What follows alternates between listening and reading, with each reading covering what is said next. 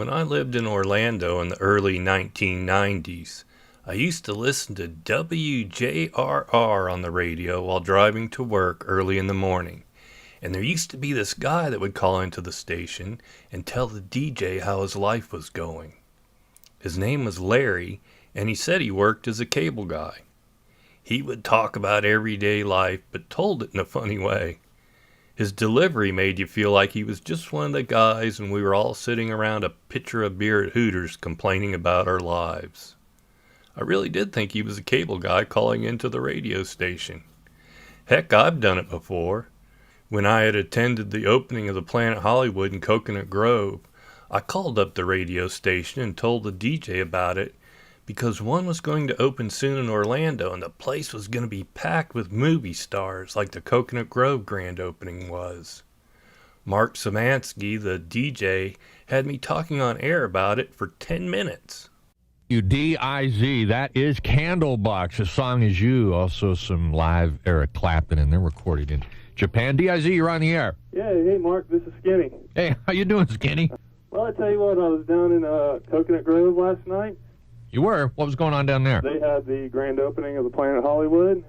Well, I guess there's one coming to O-Town, too. Right. So how was the grand opening down there? It was unbelievable. They had all the top stars were there. Right. Let me see, there was Arnold Schwarzenegger and his wife was there. I guess they have, like, a financial interest in it. Yes.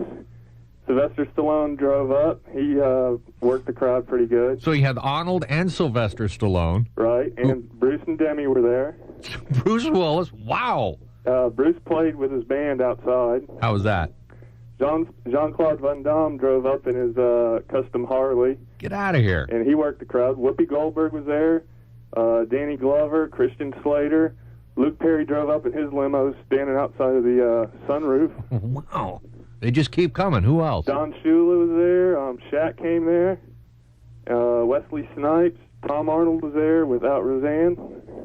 Without Roseanne? Interesting. Yeah. Steven Seagal was there. Gloria Estefan. Cindy Crawford came there. What about Don Johnson? Don Johnson was there. He showed up really early, and he was dressed, he had some baggy shorts, a T-shirt, and a golf cap on. Did it look like he was clean and sober? Actually, no. It looked like he wanted to get out of there and go back to his house or condo or something like that. Well, but yeah, what do you mean? He just had an antsy look about him? Yeah, he looked bored. Well, but that doesn't mean he was drunk or anything. I couldn't say that because I wasn't partying with him, but okay. He was there early and he left and he came back later. Okay. But man, it sounds like it was some kind of an event. It was unbelievable. I tell you, when they open in Orlando, it's going to be someplace to be. I guess so. Well, man, I'm glad you went. Okay. And you're back here now. Well, we'll get ready. I guess I don't know exactly the date when they're planning to open, but it is soon. It's a big deal. When you get all those stars investing in it, it's almost instant success. Right. Appreciate it, buddy. Okay, Thanks for filling us in. You bet. I'd occasionally see Larry around town, like the time Motley Crue was on their bootleg tour and played the UCF Arena in 1997, and when Larry started doing local promotions and appearances for the radio station. For a while he was doing the Hooters bikini contests that were so popular back then. There was at least 5 Hooters restaurants in the Orlando area, so he was pretty busy. I remember one time he held the first annual heterosexual P-Raid, as he called it, and it started somewhere downtown and ended at the Castleberry Hooters, where Larry brought a rock band on a trailer, and of course there was a bikini contest. Larry was a one-man crew back then with little to no help, and I remember watching him plop down in an empty booth inside Hooters, completely exhausted, after a long day of trying to make everyone happy. And he did. He really was a hard-working good old boy, and after watching him that day, I know he deserves everything he has achieved. I saw him at this Hooters emceeing another bikini contest. I'm not sure if it was the Forest City location or the Kirkman Road Hooters. Some of these clips are definitely from Kirkman Hooters, but the ones with Larry could be from either location. Anyway, the bikini contest was just one part of the night's events, as Larry would have a best beer belly contest and the hot wings eating contest. His commentary would have everyone laughing, but he was always respectful towards the girls. The bikini contest was the main attraction, but he also had a t-shirt auction that always got the crowd going. The bikini contestants would come out wearing a t-shirt over their bikini, and Larry would play auctioneer with the t-shirt coming off and handed to the highest bidder. I'm not sure if each girl got to keep the money they got from their auctions, or whether they pooled all the money together and split it equally. This particular clip features Diane, who was one of my all-time favorite Hooters girls that was working at the Daytona location at the time. Here's Larry the Cable Guy doing his best to get the bidders to make Diane's t-shirt come off.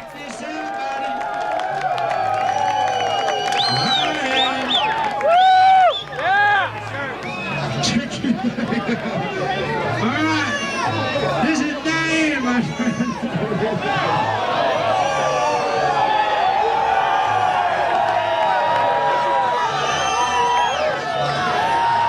I got $35 right now.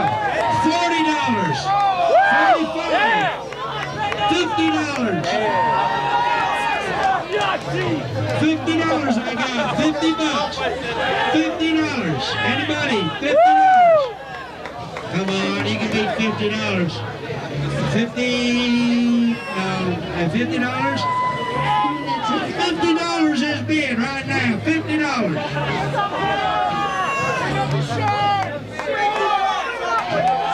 $50. Oh, dang. $50 going once. $50. $51. $55. $55. $56. $60. $65. $65.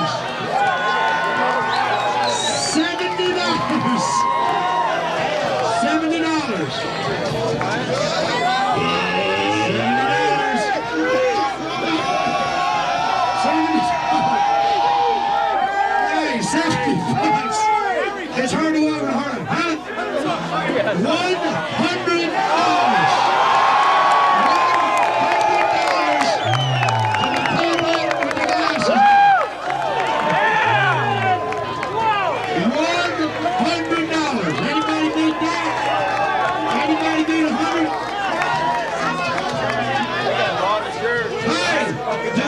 Checks. No. $100. Going once. Going twice. You want more than 100? How much? $101. $101.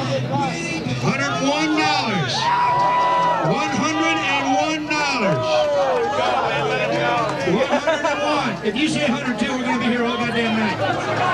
What? $120.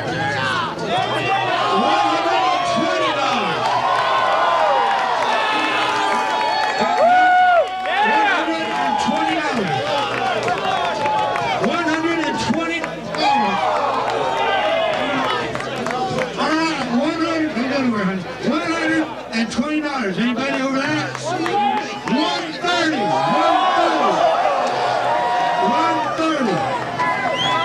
Now you know, now let me say, hold on. You know that she's a transvestite. You know that. 100. 150. 140 I got. 140. 140. Wow, now we're weeding out the wussies. 140.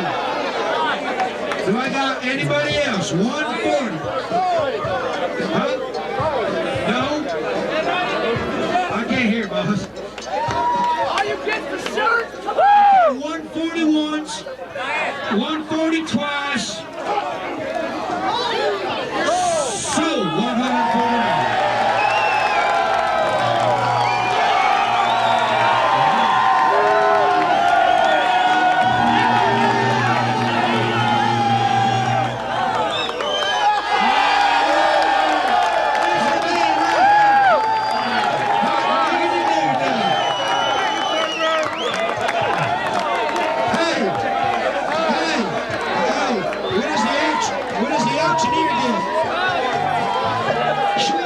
Swing. Hey, what's the auctioneer get, Diane? Once again, I get left with nothing. His persistence, hard work, and dedication to his craft eventually paid off, and Dan Whitney, aka Larry the Cable Guy, became one of the biggest comedians in the world, all the while staying true to his roots. I like that. Fast forward a few years to when I'm sitting in the food court eating some junk food at the Sanford Mall, and Larry comes strolling by dressed as he always does, and he was holding his phone up to his ear, like he was getting a call so he wouldn't be disturbed, but he was looking all around to see if anyone noticed him. Funny thing was, he wasn't talking into the phone, so I knew he wasn't on an actual call, and nobody seemed to notice him, so I thought I'd go bust his balls a little bit. As he was walking away, I caught up to him. For a second, I thought about grabbing him by the arm, talking into my big Motorola phone like I was security, and say, "I got him." Then tell him we need to go back to Sears. When he'd ask what for, I'd tell him for shoplifting. When he'd protest saying he didn't do anything, I'd look him in the eye and say the Sears employee is sure he walked out of the sporting goods department with some stink bait and a duck call. The interaction and his reaction would have been hilarious. He'd probably tell that story the next time he was on The Tonight Show. I decided not to punk him just because I didn't want the possibility of it turning into a negative experience. I had too much respect for him. I did get him to stop and talk for a while. I made fun of him walking around with his phone up, but never talking into it, and we laughed about that. I also told him about how I watched him work so hard that day with the P-Raid to Castleberry Hooters, and how he deserved all his success. How he soared so high, but still remained grounded. He genuinely appreciated that. We stood there with our elbows on the railing looking down at the first floor of the mall and talked like we were just a couple of regular hardworking guys sitting around a pitcher of beer at Hooters. Here's one more look at Larry the Cable Guy and those beautiful Hooters girls. Thanks for watching, and I hope you enjoyed this story from one photographer's life. All right, here we go. We want to get a real quick picture. So this is my buddy Dan from the radio station. If everybody can pull in here just real quick, we'll get a real tight shot. If you got the heterosexual parade shirts on, try to get together. We'll get one frontwards and turn around. We'll get one backwards, so we can get your parade names on there. About half the crowd that was in the parade's in there eating and ain't gonna come out here, so we're gonna have to do with what we got. Salsky, get in that P-Raid. Tara, get in there. Don't be sitting on your little nice little third grade hind end. Get in here. Come on. Just real quick. If you can, just get up and get in the photo. Just if you can, real quick. On third, did you get it? Hold on. Get in here.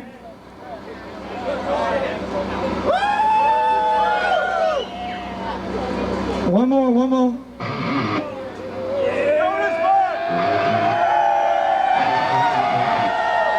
Very good. Hey, turn around. Let's get your heterosexual shirts in there.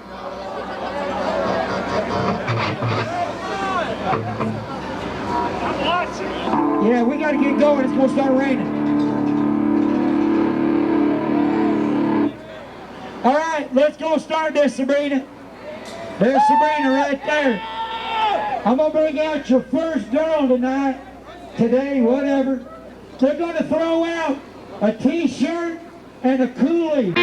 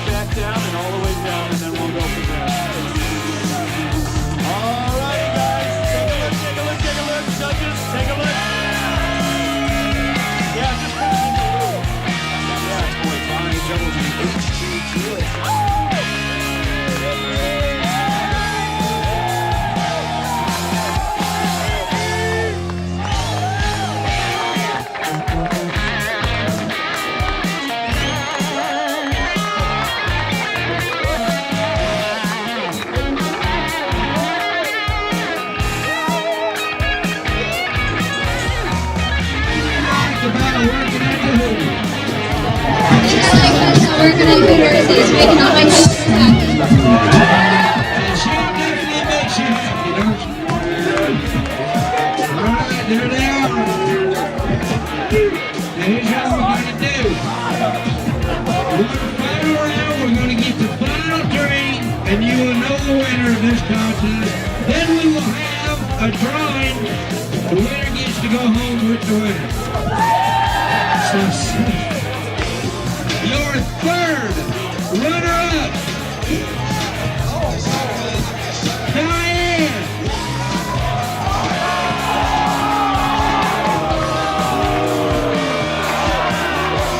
Your second runner-up is Heather. Your winner tonight is Susanna.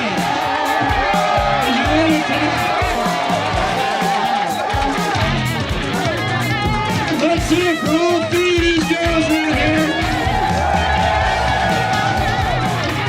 I remember, I am not the judge. So look at that. Let's hear it one more time for these girls, everybody. Hey, everybody.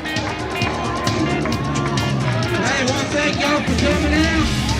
Appreciate it. Listen to me tomorrow morning. Hey, let me, one more time before I go. One big loud final get her done on three. 1, 2, 3.